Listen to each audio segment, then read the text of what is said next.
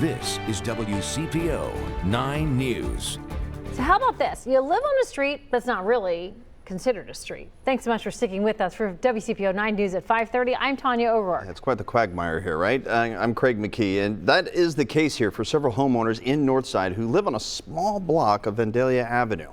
Let's show you where this is now on the map here. A portion of Vandalia Avenue here off of Dane Avenue is technically privately owned. Now, homeowners had been parking there, though, for years until the property was purchased by MLS Homes back in 2015. We've zoomed into that little spot there. The owner of that company, though, argues it's not a road at all and is now blocking access to it. Now, one homeowner is suing. WCPO 9 News reporter Marielle Carbone is live in Northside with more on this case.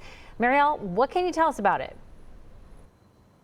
Well, Tanya and Craig, this is the area we are talking about, Vandalia Avenue. You can see it looks like a parking lot, but people who live along this back here say it's a street. Now, technically, it is private property, and the property owner says it's not a street. You can't park here, and now that is up to a judge to decide.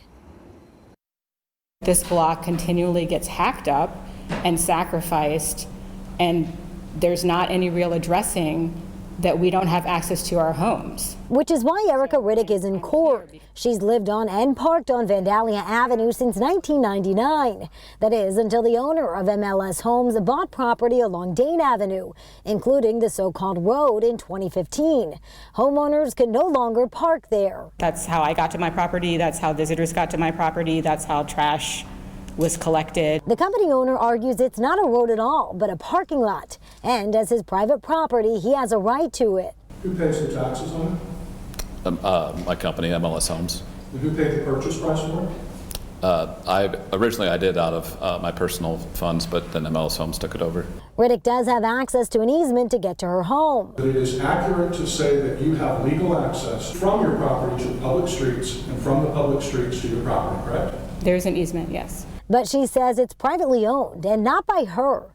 Plus, there's another big concern. Fire chief said that none of the 3 easements that are supposed to serve the houses on Vandalia are adequate to get fire equipment to serve those houses. She's asking the court to declare Vandalia Avenue a road, granting her and her neighbors the right to use it.